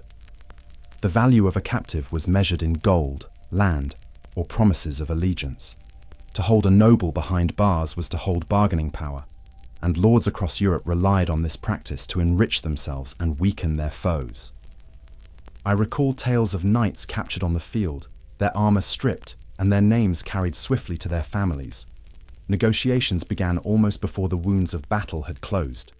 Letters were exchanged, sealed with wax, demanding payment for release. The prisoner, though confined, often awaited his freedom with a sense of certainty, for his rank and bloodline ensured he was worth too much to be left to rot. This practice was enshrined in the code of chivalry itself. A knight was taught that to capture an enemy and accept ransom was honorable, even preferable to killing. It maintained the dignity of the profession of arms, transforming foes into commodities of value. Yet the ideal often masked a grim truth. While nobles were held with courtesy, common soldiers were cut down without thought, for their lives yielded no silver. Ransom sums could be staggering. Entire estates were mortgaged, villages taxed, and families ruined to gather the coin required. When King John of France was captured at the Battle of Poitiers in 1356, the price of his freedom nearly crippled his kingdom. Such examples show how imprisonment reached far beyond the cell, shaking the foundations of realms and economies alike. Sometimes ransom was not measured in money, but in promises. A baron might swear fealty, arrange a marriage, or surrender a fortress in exchange for freedom. These agreements, written into charters and sealed in courts, reveal how imprisonment shaped politics as much as it did personal fates. The captive's body became the pledge, his release the reward for obedience. Inevitably, corruption seeped into the practice. There were instances where captors inflated demands, prolonging confinement to squeeze every last coin from desperate families. At times, rival factions interfered, seeking to keep a prisoner locked away for political advantage. The longer a man sat in chains, the more tangled the web of obligations and rivalries became, turning a single ransom into a storm of disputes. Even kings found themselves subject to this system. Richard the Lionheart's captivity in 1192 showed how rulers themselves could be reduced to pawns, their freedom purchased with massive sums that drained treasuries. His ransom became legendary, remembered as a testament to both the vulnerability of monarchs and the power of those who held them. Such events etched ransom deep into the fabric of medieval memory. What lingers in my mind is how ransom blurred the lines between war and commerce. To be taken captive was not always to face misery, but to become currency in a game of power. For those of rank, prison was rarely the end. It was a pause before negotiation. Yet for the poor, whose lives held no price, there was no such chance. Their fate was silence, while nobles turned chains into coin. Within the cloistered walls of monasteries, not all cells were dedicated to prayer. Some served as places of confinement, built for discipline and correction rather than devotion. monks who disobeyed their vows, whether through disobedience, drunkenness, or scandal, could be locked away in solitude. The silence of the cloister became a prison of its own, where reflection was enforced not by choice, but by command. In such places, the line between penance and punishment blurred. I recall hearing of abbots who ordered brothers into confinement for days or weeks, granting them only bread and water. The purpose was not cruelty, but reform, to bend the will back to humility and obedience. Yet for those locked within, the effect was often no different from secular punishment. The walls pressed in, and the stillness became heavy, a mirror forcing the monk to confront his failings. Monasteries also received lay people into their prisons, especially those judged by ecclesiastical courts. Heretics, blasphemers, or those guilty of sacrilege might find themselves in monastic cells, their punishment framed as spiritual correction. These prisons were not always dark or filthy, but they carried their own severity. Prayer and fasting replaced chains, yet the loss of freedom weighed no less upon the soul. Some abbeys became known for their strictness. In Cluny and Citeaux, discipline was central to monastic life, and confinement was part of maintaining order. Cells were narrow, often windowless, with only a wooden bench or straw mat. The monks believed that solitude stripped away pride, leaving space only for repentance. Whether this healed the spirit or broke it depended on the heart of the one confined. Unlike the dungeons of castles, monastic prisons often carried a spiritual veneer. Punishment was presented as an act of mercy, a chance for salvation. To suffer in silence was to imitate Christ, bearing a cross of one's own making. Yet beneath these words lay the same reality: confinement, hunger, and the slow erosion of strength. The cell cared little whether the suffering was holy or secular. In some cases, confinement became permanent. Monks accused of grave sins, or those whose defiance could not be quelled, were kept for life within their cloisters. For them, the monastery became both home and prison, a place where they lived out their days in silence. Such fates reveal how discipline and imprisonment were deeply intertwined in the religious world of the Middle Ages. Lay prisoners, too, sometimes preferred monastic custody over secular jails, for the conditions were cleaner and the treatment gentler. Yet even here, privilege mattered. A man of means might secure confinement in an abbey, while the poor were left to rot in the dungeons of town or castle. Mercy, like freedom, was measured in coin and connection. What strikes me still is how the church cloaked restraint in the language of salvation. To be locked in a monastic cell was to be told that one's suffering served a higher purpose. Whether that was true or not, only God could decide. To the prisoner, the bars and walls were as real as any dungeon, proof that even within sacred stone, captivity thrived. Though centuries had passed since the fall of Rome, its shadow lingered over medieval justice. The revival of Roman law in the 12th century brought renewed attention to written codes, procedures, and the use of prisons as structured institutions. Towns and kingdoms began to shape their courts with clearer rules, borrowing from ancient traditions. Where once prisons were mere holding places, Roman influence encouraged the idea of confinement as part of an ordered system of law. I recall how scholars in Bologna studied Justinian's Corpus Juris Civilis, breathing life into forgotten texts. Their teaching spread through universities and courts, shaping how rulers understood authority. In this revival, imprisonment gained legitimacy as more than temporary restraint. It became part of civic order.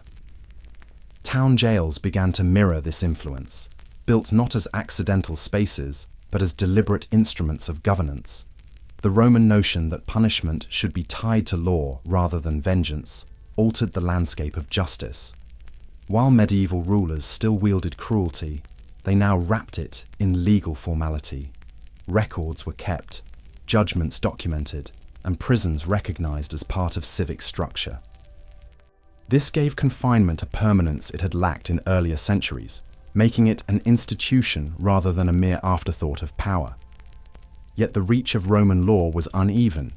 In villages, custom still ruled, and justice was swift and public. But in growing cities, the influence was unmistakable. Magistrates ordered confinement in town jails, reflecting Roman principles of civic responsibility. Here, imprisonment was tied to order in the marketplace, to peace in the streets, and to the broader authority of the town council. The church, too, adopted aspects of Roman practice. Ecclesiastical courts became more systematized, keeping detailed records and imposing confinement with greater consistency. Inquisitorial procedures bore the imprint of Roman logic, using prisons not only as punishment, but as places of control within a codified system. The influence of antiquity blended with faith, shaping medieval imprisonment into a structured reality. For nobles and kings, Roman law provided a tool to expand their reach. By presenting confinement as lawful, rulers could justify holding enemies, debtors, or heretics in ways that seemed less arbitrary. Authority clothed itself in the language of law, even when its heart remained rooted in power. The dungeon was no longer only a sign of fear, it was an emblem of order sanctioned by precedent. I witnessed towns erect new prisons in stone, reflecting this shift. They were no longer improvised chambers, but buildings meant to last, their design echoing the permanence of law. These structures spoke of a world where confinement was no longer rare, but expected, a part of justice itself. Roman thought had carved its mark into medieval streets, where stone walls proclaimed the authority of civic life. When I think on this legacy, I see how the past lived within the present. Rome had fallen, but its ideas endured, reshaping the way men judged, punished, and confined. The medieval prison owed as much to ancient law as to feudal power, a bridge between worlds. Its walls carried not only the weight of captives, but the echoes of empires long gone. As medieval towns expanded, so too did the need for places to hold the unruly. Markets bustled, guilds grew powerful, and disputes became more frequent. Urban centers began to construct their own prisons, no longer relying solely on castles or monasteries. These jails were often built beneath town halls or towers, where the presence of civic authority was strongest. Their walls symbolized not only restraint, but the growing power of towns to govern themselves. I remember walking through such places, where debtors, drunkards, and petty thieves filled the cells. The purpose was rarely long-term punishment, but to hold men until their fines were paid or their sentence carried out. Yet the conditions mirrored those of rural dungeons, dark, crowded, and unsanitary. The towns may have been centers of trade and learning, but behind their walls, the same misery thrived. These prisons were closely tied to the daily rhythm of urban life. A man caught cheating in the marketplace might be dragged directly into the jail beneath the Guildhall, his cries still echoing through the stalls above. Justice was immediate, visible, and practical. The proximity of the prison to the heart of the town reminded all who traded or worked there that order was enforced with a firm hand. Debt filled many urban cells. Merchants, unable to repay loans, or craftsmen falling behind on guild obligations, were locked away until their families or associates resolved the matter. The imprisonment of debtors was not only punishment, but a way to pressure households and guilds to maintain stability. In this way, town prisons reflected the economic heart of urban life, where credit and trust bound communities as tightly as iron bars. Unlike the sprawling castles, town jails were smaller and often multi-purpose. Some chambers served for storage by day and for confinement by night. Others held meetings of civic officials in one room, while prisoners groaned in the next. This closeness of governance and imprisonment made clear that justice was no distant matter of kings or lords, but an immediate presence woven into daily life. Corruption thrived here as well. Jailers demanded payment for food, straw, or privileges, and wealthier prisoners secured comforts denied to the poor. The same inequality found in larger prisons appeared in miniature within the towns. Justice was public in word, but private in reality, measured by coin as much as by law. Those without means withered quickly, while those with wealth endured with less suffering. Yet these urban prisons also became centers of order. They demonstrated that towns could enforce their own rules, independent of feudal lords. The rise of municipal justice was part of the broader growth of civic identity, where merchants and guildsmen declared their authority. The prison was not just a place of restraint, but a stone declaration that towns had taken responsibility for law and peace within their walls. What strikes me most about these places is their closeness to life outside. From within, prisoners could sometimes hear bells, markets, and the murmur of freedom only steps away. That nearness made the bars heavier, for the world continued without them, just beyond reach. Town prisons were small, but their lesson was vast. Freedom could vanish as swiftly as the turn of a key. Certain prisons of the Middle Ages became more than mere places of confinement. They grew into symbols of power, fear, and memory. The Tower of London stands foremost among them, its stone walls holding both kings and traitors. Built by William the Conqueror, it was as much fortress as prison, yet its name became forever tied to those who entered and never returned. Its cells saw queens, bishops, and nobles, reminding England that even the highest could be brought low. I recall hearing of the Châtelet in Paris, a place dreaded by townsfolk. It served as both court and prison, where justice and misery shared the same walls. Within, political prisoners rubbed shoulders with thieves and debtors, all enduring the squalor of overcrowded cells. The Châtelet became infamous not only for its conditions, but for its role in enforcing royal authority, ensuring that Paris remained firmly under the crown's control. In Venice, the Doge's palace held chambers that whispered of intrigue and betrayal. Beneath its splendid halls were cells for those who defied the Republic. The Bridge of Sighs carried prisoners from judgment to their confinement, and its name still echoes the sorrow of those final glimpses of daylight. To walk across it was to pass from hope to despair, a journey countless souls endured beneath the gaze of the city's rulers. The Bastille, though later made famous in another age, already carried weight in medieval France. Originally a fortress, it came to serve as a prison for political enemies. Its towers rose as both protection and warning, a constant reminder to the people of Paris that dissent could lead to silence within its walls. Its legend began long before its storming, etched in the fear of those who knew its reputation. Not all famous prisons were in great cities. Across Europe, castles like Warwick or Locres became notorious for their cells. These places were not only military strongholds, but cages for those who defied their lords. Stories spread of men left in oubliettes, pits so deep that escape was unthinkable. Such tales grew larger with each telling, cementing the image of these castles as places where both power and cruelty reigned. Ecclesiastical prisons, too, held renown. The papal prisons of Avignon confined heretics and dissenters, their presence a reminder that the Church's authority extended beyond altars into chains. These cells were not hidden, but acknowledged, symbols of a faith that would punish as readily as it forgave.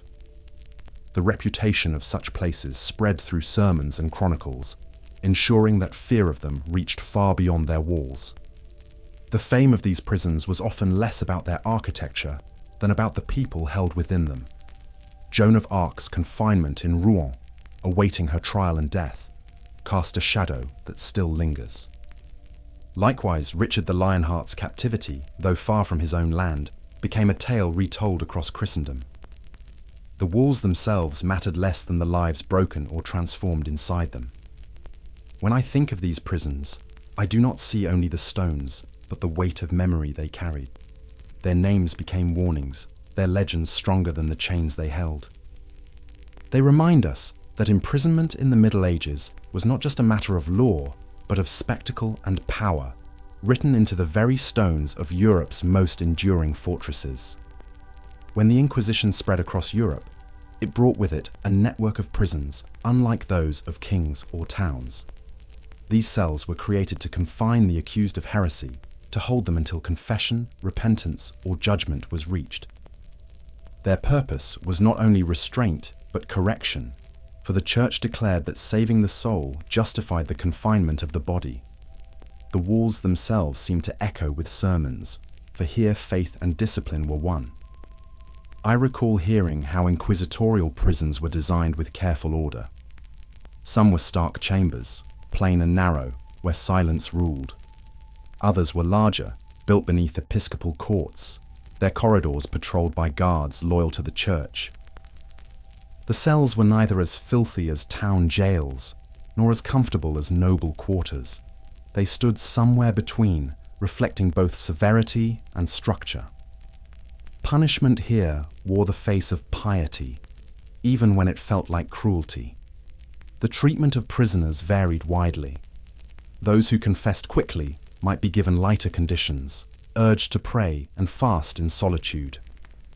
Others who resisted or denied found themselves in darker cells, chained and isolated. The inquisitors believed that hardship could soften defiance, pressing the accused toward submission.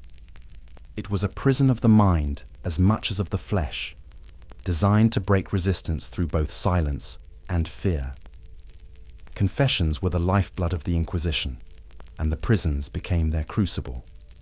Men and women accused of following forbidden beliefs, Cathars, Waldensians, or others, were held until words of guilt were spoken. The cell was not the end, but the means, a pause before either reconciliation or the pyre. To resist was to endure, but few had the strength to defy both the chains and the promise of eternal damnation. Records show how prisoners often relied on families for food and comfort, as in other jails. Yet here, the Church claimed authority over what was brought, inspecting gifts to ensure no messages or symbols of defiance passed through. The very act of eating or drinking was tied to obedience, for every privilege was granted only under the watch of faith. Inquisitorial prisons tightened control not only over bodies, but over the smallest details of life. Some captives emerged after months or years, broken in body, yet released for public penance. They walked barefoot through streets, clothed in humble garments, bearing marks of shame. Others never left, condemned to the flames after their confinement. The prison was thus both waiting room and judgment hall, its walls silent witnesses to decisions that shaped not only lives, but communities. Unlike the chaotic cruelty of secular dungeons, inquisitorial prisons carried a chilling precision. Every record was written, every confession noted, every punishment justified in the language of salvation. This order gave them a different weight, for suffering cloaked in ritual seemed to many beyond question. The prisons were not only instruments of power, but symbols of a church that claimed the authority of eternity itself. I think often of the souls who passed through those doors, their names preserved in registers while their cries faded into stone. The Inquisition's prisons remind us how captivity can be draped in righteousness, how faith can wield chains as easily as swords. Their legacy is one of discipline and fear, where salvation was promised, but despair was delivered. When the great wars of faith swept across the Holy Land, captivity became a fate shared by both Christian and Muslim alike. On battlefields from Antioch to Acre, prisoners were seized in their thousands, their worth measured not only in ransom, but in the politics of war. To be taken alive was often less merciful than death, for imprisonment in those lands meant exile from one's people, surrounded by unfamiliar tongues and foreign customs. I recall the stories of knights captured after the fall of Edessa, their armor stripped and their bodies bound. Many were sold into slavery, dispersed across markets far from home. Others were confined within fortresses, their fates tied to the negotiation of kings and sultans. Some lingered for years, held as pawns in a struggle where faith and power were bound so tightly that chains became instruments of diplomacy. The Muslims, too, faced similar fates when taken by crusaders. Defeated soldiers and townsfolk were confined in castles across the Levant, awaiting ransom or exchange. Some were sold into labor, forced to toil for the very armies that had conquered them. These prisons reflected the brutal symmetry of the wars. Each side mirrored the other in their treatment of captives, turning human lives into bargaining chips for armies and crowns. Ransom played a central role in this world of captivity. Wealthy knights and nobles could often secure release through vast sums of gold, carried across dangerous routes by their families or orders. The Knights Templar and Hospitallers became deeply involved in such exchanges, arranging payments and ensuring that their brethren were freed. Yet for the poor foot soldier, no ransom awaited. Their captivity often ended only in slavery or death. Religious differences heightened the suffering. Captives were not merely seen as enemies, but as unbelievers, their imprisonment carrying a spiritual as well as political meaning. Chroniclers wrote of Christians urging captives to convert, while Muslim rulers sometimes pressed their faith upon prisoners. The dungeon became not only a place of restraint, but of contest, where belief was tested as much as endurance. The length of confinement could stretch endlessly. Some crusaders were held for decades, forgotten by their comrades, remembered only in the prayers of families who never saw them again. Their lives became woven into foreign lands, their tongues learning new words, their children growing up in faiths not their own. Captivity during the Crusades often erased identities, reshaping them into something unrecognizable. There were moments, too, of mercy. Prisoners were sometimes exchanged after battles, released as gestures of goodwill to cement fragile truces. These acts, though rare, showed that even in wars of faith, pragmatism sometimes outweighed vengeance. Yet mercy was always conditional, bound to politics rather than compassion. A man's freedom depended not on his suffering, but on the advantage his release might bring. When I reflect on these accounts, I see how the Crusades turned prisons into bridges between worlds, bridges made not of trust, but of chains. Captivity stripped men of their nations, their languages, even their faith, leaving them suspended between home and exile. To be imprisoned in that holy yet blood-soaked land was to live as a shadow, a reminder that war spares neither victor nor vanquished from the weight of stone and iron. Though walls were thick and chains heavy, prisoners did not always accept their fate in silence. Escapes from medieval jails, though dangerous, were not uncommon, for desperation can sharpen ingenuity. Some bribed jailers, slipping silver into hands that held the keys. Others tunneled through earth with stolen tools or loosened stones worn weak by time. Each attempt carried the risk of death, yet for many, the hope of freedom was worth the gamble. I recall tales of captives lowered from towers with ropes fashioned from bedsheets, their descent hidden by the night. Some succeeded, fleeing into forests or vanishing into the bustle of towns. Others fell to their deaths or were recaptured, their punishment harsher for daring to defy the prison's grasp. These stories spread quickly, whispered among prisoners as proof that chains, though heavy, could be broken with courage. Rebellions, though rarer, shook the walls with greater force. In overcrowded jails, anger and hunger sometimes boiled into violence.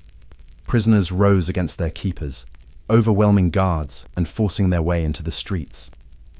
Chronicles speak of such uprisings in London and Paris, where cells became battlegrounds and townsfolk looked on in awe or fear.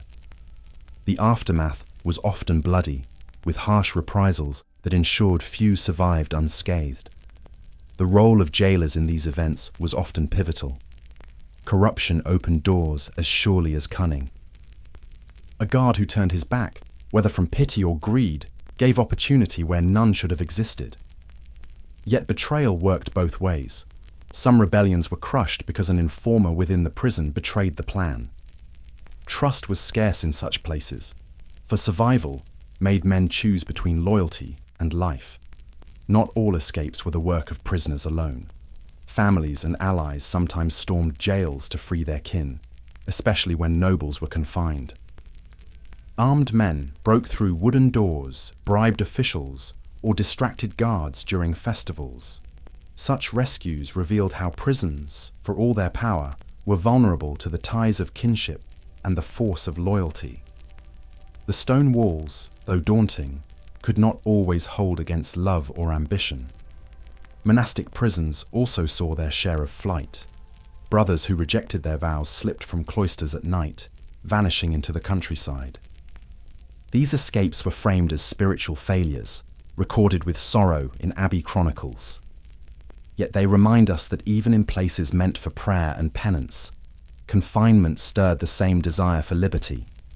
The call of freedom whispered even beneath the shadow of holy stone. Legends grew around daring escapes, turning prisoners into folk heroes.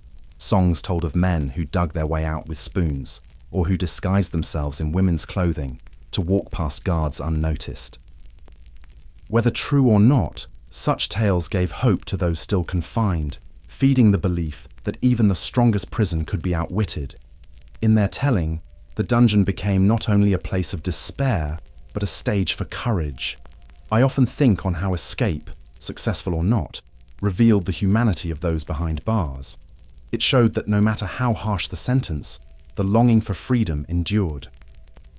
Rebellions reminded rulers that power was never absolute, and that even the weakest might rise when pressed too far. The prison held bodies, but it could never fully conquer the will to be free. To hold a man in chains was costly, and the burden of that expense rarely fell upon rulers alone. Jailers expected prisoners to pay for their own upkeep, demanding coin for food, straw, or even the easing of shackles. Those without means suffered most, wasting away in filth, while those with wealth could transform their confinement into something resembling house arrest. Thus, imprisonment revealed not only law, but the cruel arithmetic of survival. I recall merchants who, though confined, continued to conduct business through family or agents, their silver sustaining them within prison walls. They paid guards to carry letters, bribed officials to secure better quarters, and even hired servants to bring meals. Meanwhile, common labourers sat in the same prison with nothing but hunger and lice for company. Money did not merely soften suffering, it decided whether one lived or perished. The profits of imprisonment stretched beyond the cell.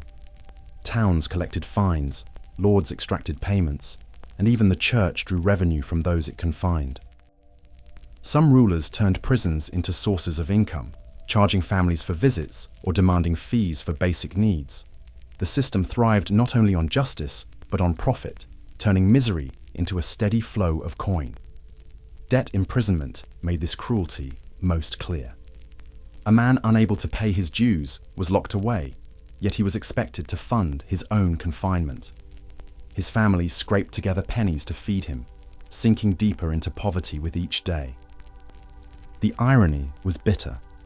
The very punishment for debt ensured that repayment became nearly impossible.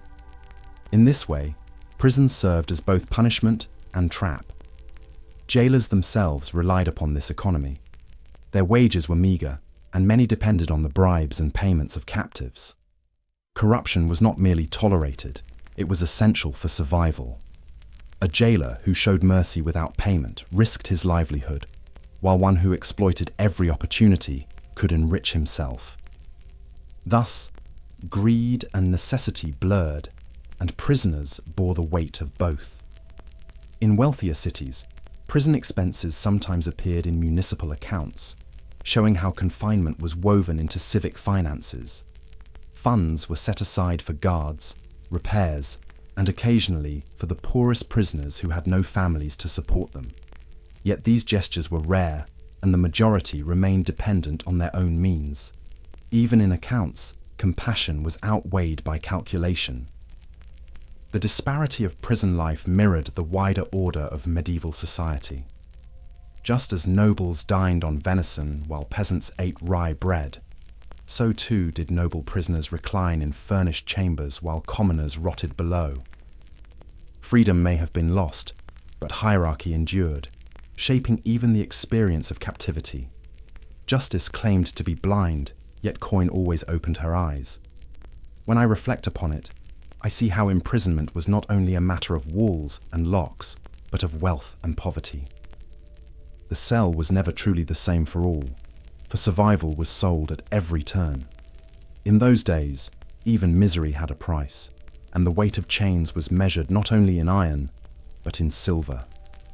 The air inside medieval prisons was heavy, stagnant, and foul, a breeding ground for sickness. Overcrowding forced bodies close together, and with no sanitation, waste collected in corners, and straw rotted beneath the feet of captives. In such filth, disease spread with ease. A cough became contagion, a wound turned septic, and fever passed swiftly from man to man. For many, imprisonment was not a pause before judgment, but a slow march toward death. I once saw prisoners carried out from a town jail, their skin pale, lips cracked, eyes sunken with fever. They had not been condemned by court or lord, but by the walls themselves. Dysentery, typhus, and plague found fertile ground where men and women lay in dampness and hunger. To be confined was to be exposed, not only to justice, but to the invisible scourge of illness that moved silently through the ranks of the condemned. Plague was especially merciless. When it swept through towns, prisons became death traps, their closeness ensuring no escape from its reach. Jailers sometimes fled, abandoning their wards to fate. Cells grew quiet, not from discipline, but from death, as bodies piled faster than they could be removed. In such moments, the prison was not an instrument of order, but a tomb, sealing its victims away from the world of the living. Even lesser sicknesses drained strength. Malnutrition weakened the body, leaving prisoners vulnerable to ailments that might otherwise be overcome. Infections spread through lice and rats, companions in nearly every jail. A scratch or chain wound could fester, swelling with pus until it claimed a limb or a life. No healer entered willingly, and few captives could afford medicine. Thus, sickness thrived unchecked, turning every cell into a chamber of slow decline. Some nobles were spared the worst by coin, securing cleaner chambers, access to physicians, or food that strengthened the body. Yet even rank could not always shield against contagion. Records tell of noble captives who perished despite their privileges, their names etched into chronicles as reminders that disease recognized no titles. The poor, however, were seldom remembered at all, their deaths swallowed in silence. Prisons became feared not only for their chains, but for the illnesses they harbored. Townsfolk whispered of jails as cursed places, where stepping inside meant risking sickness even for visitors. Jailers handled keys and doors with caution, and families delivering food sometimes stayed at a distance, pushing bundles through iron grates. The prison's reputation as a place of rot was as powerful as its locks. The church occasionally sent priests to minister to the sick, offering last rites more often than healing. Their presence brought comfort, but little remedy. Death was expected, almost routine, and many saw it as divine judgment upon those imprisoned. Yet in truth, disease spared neither the guilty nor the innocent. It claimed all who were trapped within its reach. When I reflect on those grim realities, I see how disease was the harshest jailer of all. Walls and chains bound the body, but sickness consumed it. In those places, death was not always delivered by the sword or the noose, but by fever and filth, unremarked, yet relentless. For countless souls, prison itself was the executioner. In the eyes of medieval society, to be imprisoned was to bear a mark of shame. Common folk viewed captives as morally corrupt, believing that confinement itself proved guilt. Chroniclers often described prisoners with disdain, presenting them as examples of vice rather than victims of circumstance. This judgment weighed heavily, for release did not restore reputation. A man freed from jail returned to his village not as innocent, but as tainted, a reminder of dishonor in flesh and name.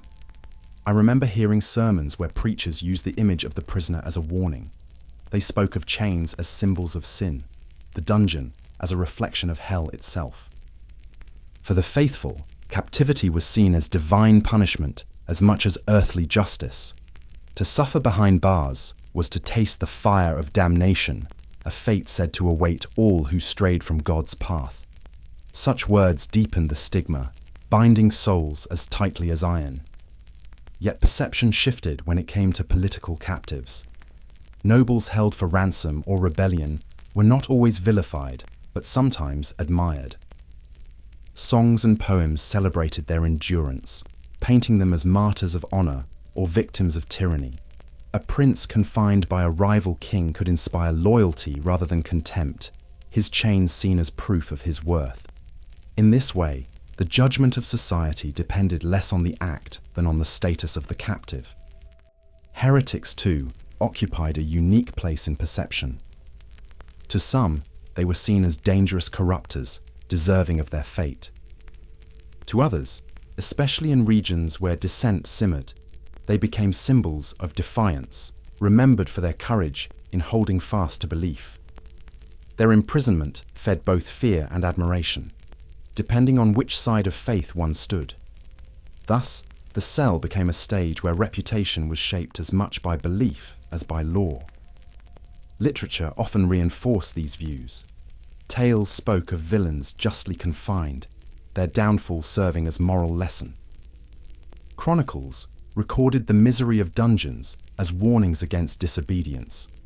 At the same time, romanticized accounts of noble prisoners elevated captivity into a test of virtue, transforming cells into crucibles of loyalty. These stories carried weight, for they shaped how people saw not only their rulers, but themselves in relation to justice. The shame of imprisonment could extend across generations. Families of those confined bore whispers and suspicion, their honor diminished by association. A son of a prisoner might struggle to secure apprenticeship, a daughter to find marriage. The taint of confinement lingered like a shadow, even when the crime itself was minor. Society's memory was long and forgiveness scarce. Not all perceptions were hostile. Some saw prisoners as pitiable, their suffering a cause for charity. Monks and lay confraternities sometimes provided alms or food for the confined. Believing mercy toward captives reflected the mercy of Christ. These gestures did not erase the stigma, but showed that compassion existed alongside condemnation. Even in the harshness of the age, a few hearts saw chains not only as deserved, but as burdens worthy of pity.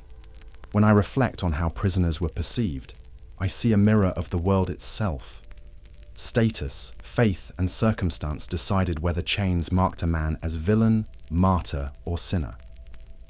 The prison was not only a place of stone, it was a stage upon which society projected its fears, judgments, and ideals. In those perceptions, the weight of confinement was felt long after the locks had opened. In the earlier centuries, imprisonment was rarely intended to last. Cells were pauses before fines, exile, or death. Yet as towns expanded and laws grew more formal, the idea of confinement itself began to change. By the late Middle Ages, some places experimented with holding men and women for longer spans, not as a bridge to punishment, but as the punishment itself. It marked the beginning of a transformation that would shape justice for centuries to come. I recall hearing of new municipal prisons built with permanence in mind, no longer improvised chambers beneath halls. These jails were designed to house inmates for months, sometimes even years. Order and surveillance became part of their purpose, reflecting the influence of Roman law and the rise of civic authority. Walls that once served only as temporary restraints grew into instruments of discipline, teaching obedience through prolonged captivity. This shift was most visible in Italy and the Low Countries, where bustling towns required more structured control. In Florence, Venice, and Bruges, prisons began to embody civic identity, displaying the authority of councils and magistrates. They represented a new kind of justice, where confinement was not just waiting, but a lesson in itself. The stone of the city became a tool to shape behavior, to instill fear, and to reinforce order. Some rulers saw benefit in this change. Prolonged imprisonment allowed them to control dissent without resorting to executions that might stir rebellion. By locking away enemies, they silenced opposition without creating martyrs. Thus, the cell became a political tool, offering subtlety where the scaffold brought spectacle. This quiet form of control reflected a growing sophistication in governance. Conditions, however, remained harsh. Long confinement meant enduring disease, hunger, and despair for extended years. Few prisons provided work or structure. Most left captives idle in misery. Yet over time, ideas began to emerge that prisons could serve a corrective role, shaping conduct through discipline. Though primitive and uneven, these notions hinted at the systems that would later define modern penal thought. Religious institutions also contributed to this evolution. Monasteries that once confined monks briefly for penance sometimes extended such punishments, creating precedents for long-term discipline. The fusion of spiritual correction with physical restraint offered a model that secular authorities adapted for their own use. The blending of faith and governance thus laid the groundwork for lasting imprisonment as accepted practice. The spread of written law codes reinforced the permanence of prisons. As records improved, sentences grew clearer and confinement became codified. The shift reflected a world moving from custom to statute, from vengeance to system. Prisons, once irregular and improvised, began to be recognized as a formal arm of justice. Their very existence signaled the changing rhythm of authority in Europe. When I think of those later centuries, I see prisons no longer as passing shadows, but as looming presences in daily life. The transformation was gradual, yet unmistakable. Cells that once held men for days now held them for years, and punishment became as much about endurance as about pain. From this change grew the modern prison, born in the twilight of the Middle Ages. Among the many names bound by chains, few echo louder than Richard the Lionheart. Captured on his return from the Third Crusade, he was held in Germany and ransomed for an immense sum. The weight of his imprisonment fell not only on him, but on all of England, which bore the cost of his release. His captivity revealed how even kings could be reduced to pawns, their freedom dependent on gold rather than crown. The story became legend, carried in song and chronicle alike. Joan of Arc's confinement at Rouen remains another tale etched in sorrow. Accused of heresy, she was placed under heavy guard, denied the protection of a convent despite her pleas. Her imprisonment was harsh. Her chains meant to break her spirit before trial. Yet she held firm, facing judgment with resolve that outlived her body. The cell that held her became a witness to courage, remembered long after her ashes were scattered. I recall how Thomas Becket's enemies once plotted his arrest, though his murder in Canterbury spared him the fate of prison. His story, however, reminds us that confinement was often the tool of choice for silencing dissenting voices. Bishops, scholars, and nobles who challenged power were just as likely to find themselves behind bars as on the battlefield. Imprisonment was a weapon, wielded with subtlety as much as with cruelty. The case of King John II of France, taken at Poitiers in 1356, shows how captivity reshaped nations. Held by the English, his ransom crippled France's treasury, leading to unrest and rebellion at home. His dignity in confinement was praised, yet the cost of his release was borne by peasants and townsmen who could scarcely endure further burdens. Thus, one man's chains rippled outward, binding an entire realm in hardship. Lesser-known figures, too, left their mark. Chroniclers record barons locked in the Tower of London, rebels chained in Paris, and merchants imprisoned for debts in Bruges. Their stories may lack the fame of kings and saints, yet they reveal the breadth of imprisonment's reach. From the mightiest to the humblest, all were vulnerable when authority chose to tighten its grip. Some prisoners emerged from their cells transformed. Chroniclers speak of men who turned to faith during confinement, writing prayers or treatises that survived their release. Others returned hardened, their time behind walls deepening resentment and fueling rebellion. In this way, imprisonment could both break and forge, reshaping not only individuals but the paths of history. The memory of such cases endured because they illustrated truths larger than the individuals themselves. They showed how imprisonment was never merely personal. It was political, spiritual, and communal. A single cell could shape the destiny of nations, alter the balance of power, or inspire faith that outlived death. The walls of these prisons thus became more than stone. They became stages upon which history was written. When I reflect on these names, I do not see them only as captives, but as symbols of their age. Richard, Joan, John. Each reminds us that imprisonment was not the lot of the lowly alone. Chains reached every level of society, binding saints, kings, and commoners alike.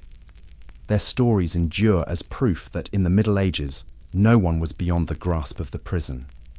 When I think back upon the prisons of the Middle Ages, I see not only their stones but their shadows stretching into the present. What began as temporary holding cells slowly evolved into something more enduring, shaping the very way societies came to view punishment. The medieval world did not invent the idea of confinement, yet it gave imprisonment a permanence that lingered long after its castles crumbled and its lords were gone. The harsh conditions, the corruption of jailers, and the unequal treatment of rich and poor left deep scars. These injustices revealed truths that still echo, that justice is often bound to wealth, and that confinement reflects society's divisions as much as its laws. Modern prisons may differ in form, but the questions they raise about fairness, dignity, and survival remain the same. The roots of our present systems are planted firmly in those earlier centuries. I recall how the use of prisons shifted from places of waiting to punishments in themselves. This transformation was gradual but profound, laying the groundwork for modern penal codes.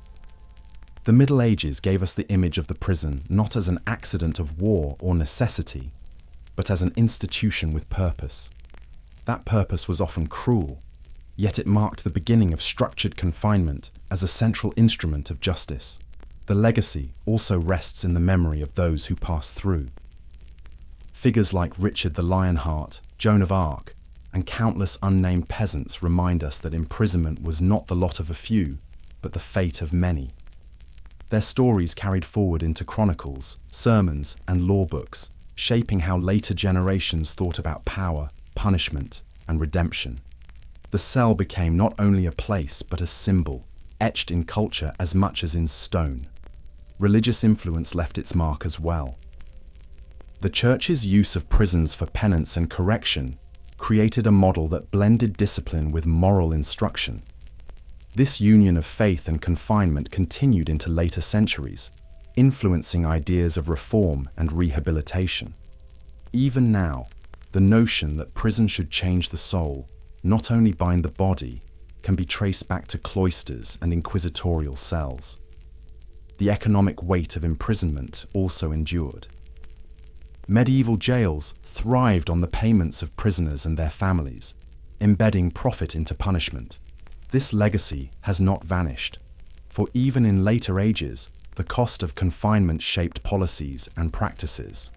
The lesson is clear. Prisons have always been more than neutral spaces. They are reflections of the societies that build them, shaped by money as much as by law. What remains most striking is how imprisonment carried both fear and fascination. Tales of daring escapes, cruel oubliettes, and legendary captives ensured that prisons lived on in imagination as well as reality. They taught that chains could fall on anyone, noble or commoner, guilty or accused. This memory of vulnerability has stayed with humanity, a reminder that walls can rise as swiftly as they can crumble. And so, as I sit here by the fire, I think of those silent stones scattered across Europe, ruins now but once alive with groans and prayers. The legacy of medieval imprisonment is not only in the structures that remain, but in the questions it leaves us about power, about justice, and about mercy. The fire crackles, the stars turn above, and I am left with the truth that the prison, born of fear and order, is one of the Middle Ages' most enduring gifts.